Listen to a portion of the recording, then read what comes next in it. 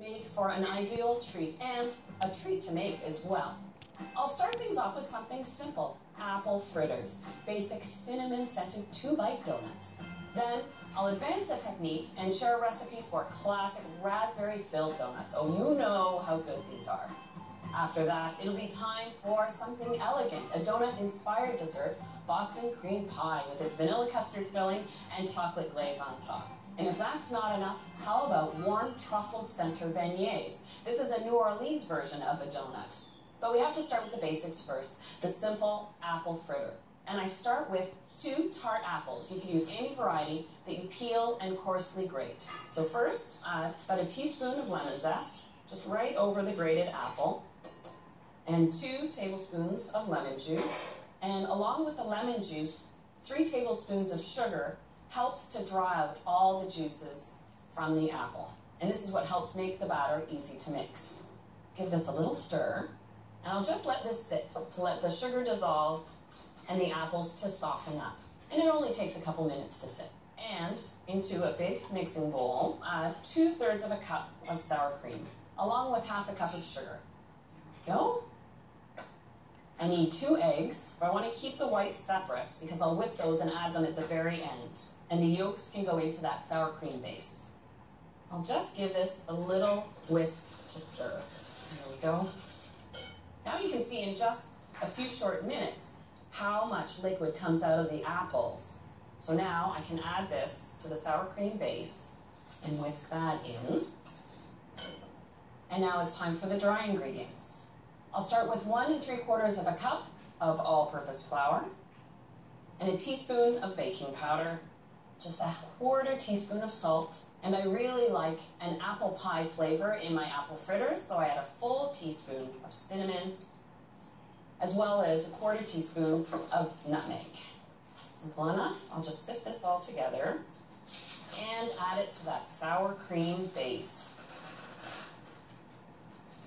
You can really see how the grated apple has softened up. It's easy to stir into the batter, and the juices that came out of the apple really makes it easy to mix.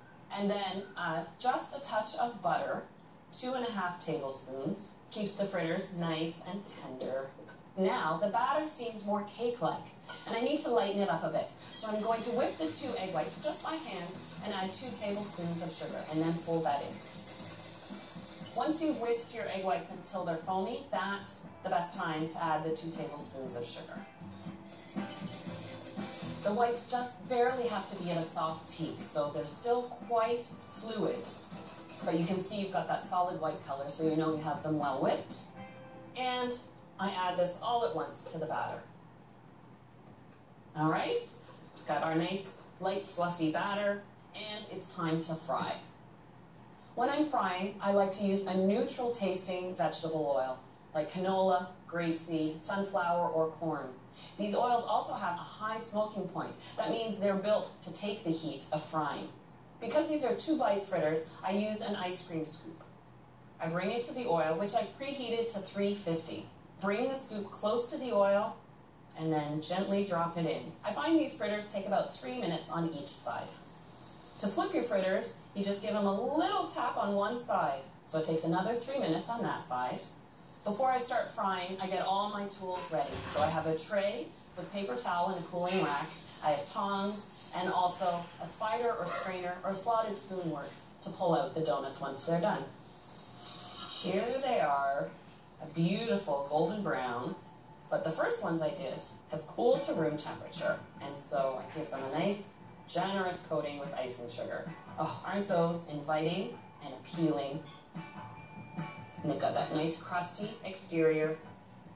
When you break into it, that cakey cinnamon apple inside. Oh, what an absolute treat. It's time to take things to the next level with raspberry jelly donuts. Oh, now this is the donut that everybody recognizes. It's a filled donut, but it does start with a yeast dough.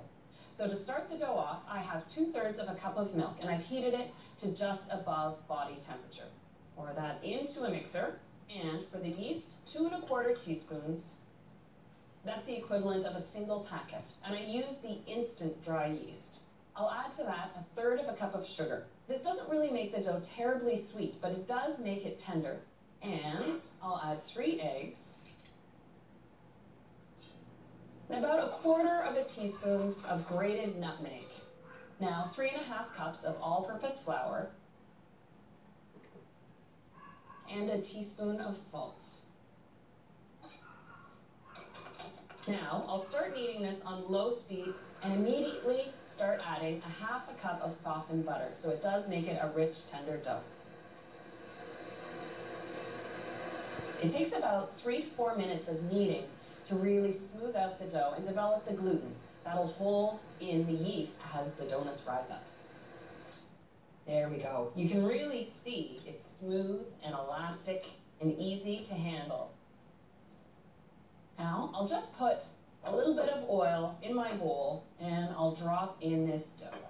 Now, this dough can rise at room temperature for 2 hours, or if you're planning ahead, you can actually pop it in the fridge overnight and let it slowly rise up. You want to cover it, and I have a batch that I've let go overnight, already chilled. You can really see the difference. I'll put this one in. I'll get a little bit of flour and then turn the dough out. Remember, I put 1/2 cup of butter in there, so it does set up a little bit as it chills in the fridge. But I do find it makes the dough easy to roll out. When rolling your donut dough, you want to roll it out until the dough is about 1/2 inch thick. Just using a plain cookie cutter, push straight down and lift out. This recipe makes 12 donuts. So now they have to rise up for a good hour until they almost double in size. I'll let these take a little rest here. You want to cover them with plastic. And I have a batch of donuts that I cut out about an hour ago. So you can see they've started to lift up a little bit. That's the yeast going back to work, and the dough is quite soft.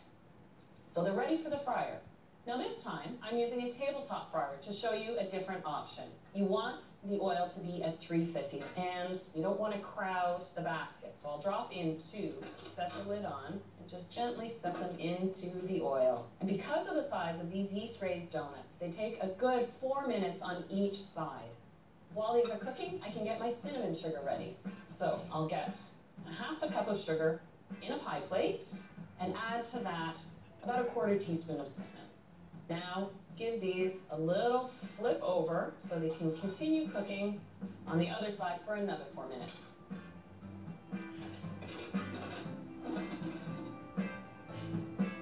Oh, there's that happy sizzle. Just give that a little stir. When I dusted my apple fritters with the icing sugar, I had to wait until they cooled to room temperature, so the icing sugar didn't melt. But if you want granulated sugar to coat the outside of your donut, you have to dip them while they're still hot from the fryer. Beautiful donuts. And while still hot from the fryer, you want to dip those donuts in the cinnamon sugar and give them a good coating. And then set them on the cooling rack to cool completely before it's time to fill them.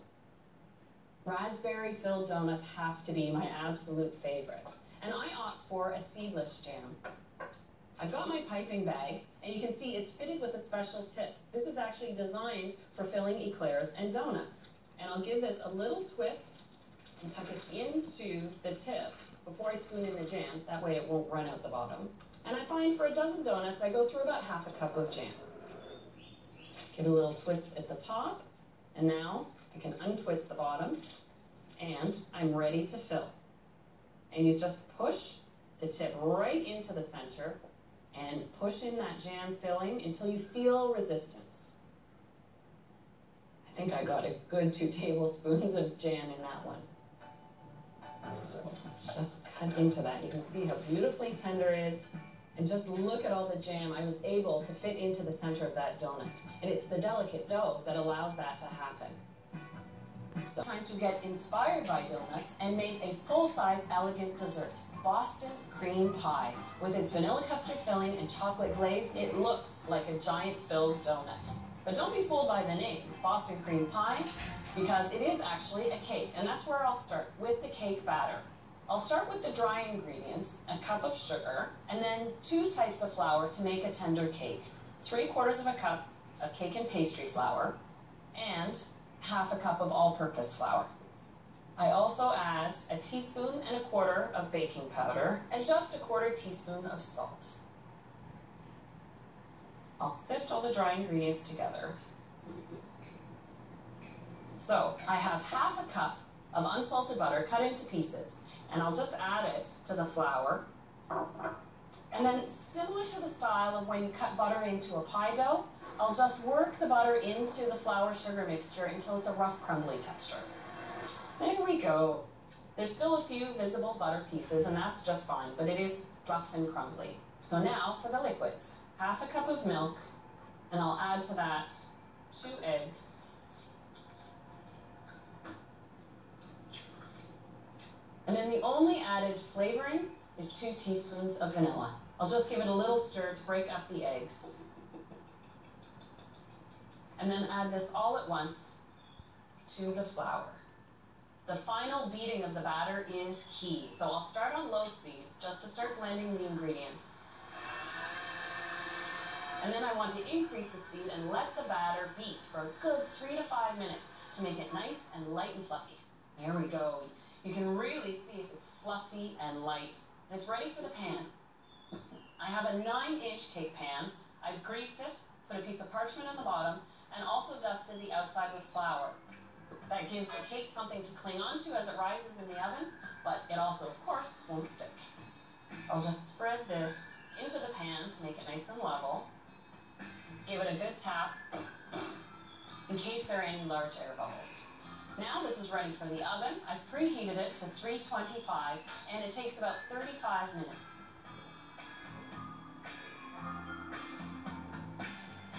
Oh, such a pretty simple cake. There, I can see my skewer comes out clean, so it's all done. So while the cake cools, I can get started on the pastry cream, the vanilla filling. And for this one, I start with half a cup of milk and half a cup of whipping cream. I want to heat this to just below a simmer, along with some vanilla bean paste, 1.5 teaspoons. While the milk and cream heat, I'll get ready all the other ingredients. Separate 3 eggs, and I'll add 3 tablespoons of sugar, along with 1.5 tablespoons of cornstarch.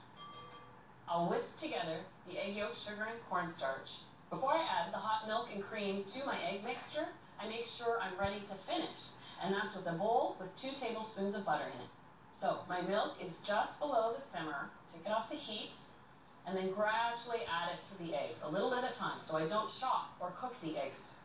And I add this entire mixture back to the pot. I continue to cook it over medium heat while whisking. When you see it get glossy and bubbles just begin to break the surface, then you know it's done. There we go. Now, scrape this through my strainer over the butter. The butter adds set, but it also cools down the pastry cream as it melts into it, so it halts the cooking, so you'll never have an overcooked custard. And a pastry chef always strains their sauces. So I just stir it just to make sure that butter's melted in.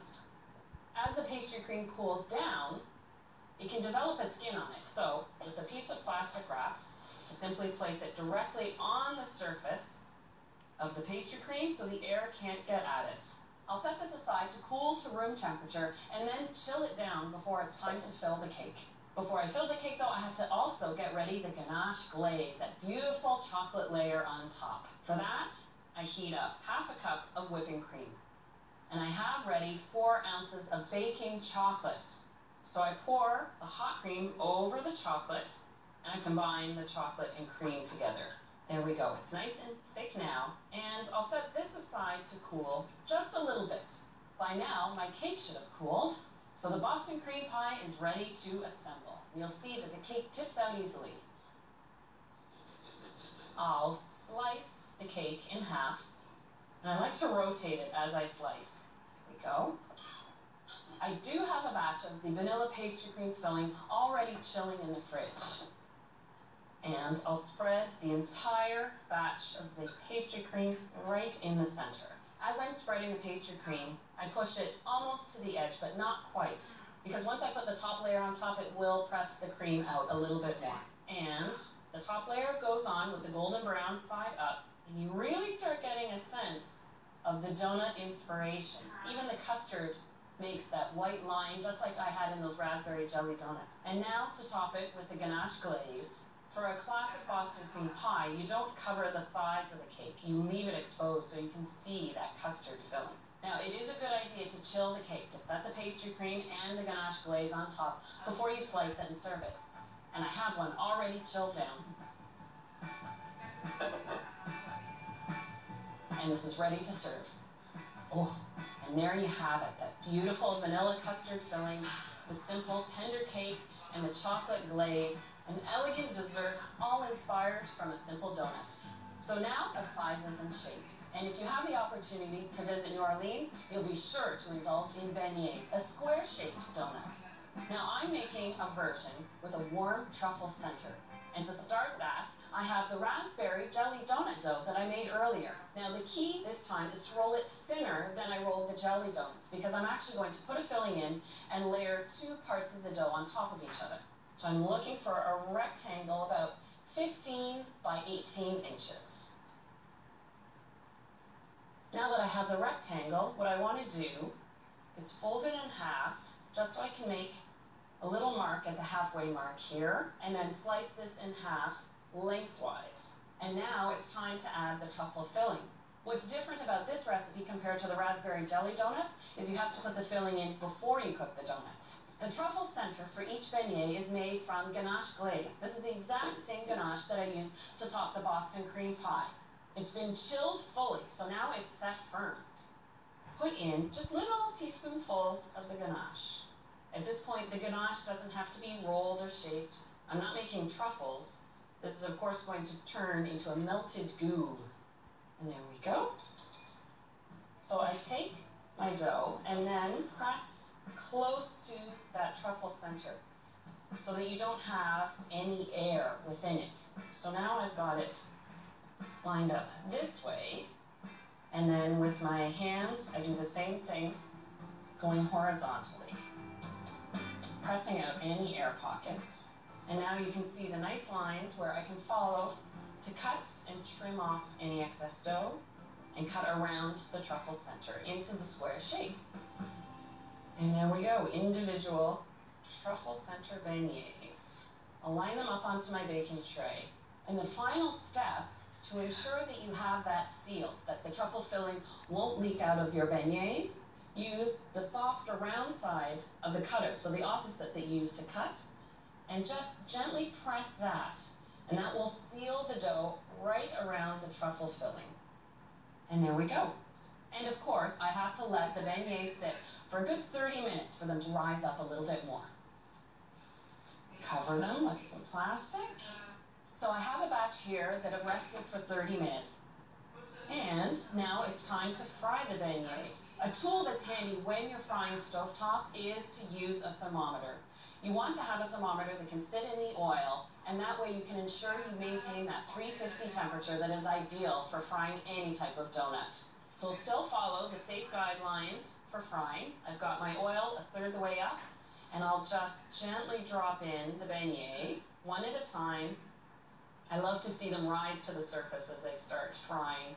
And the beignets, because of their petite size, take about 3 minutes on each side until they're nice, even golden brown. All right, I'll just give them a gentle turn and let them go for another 3 minutes. All right, these are ready to come up. See how they've puffed up, but they still retain that square shape. Patience is the key here. Hot out of the fryer, you don't want to dust them with the icing sugar. Let them cool for a good 2 to 3 minutes. These have now cooled enough that they can be generously dusted. And that really is the New Orleans way. Thick coating of icing sugar, so it gets everywhere when you eat it. Can't hide the evidence you've been eating beignet. Then you tear into one. Oh, and look at that beautiful, warm truffle center. This is just screaming for a cup of chicory coffee beside it. And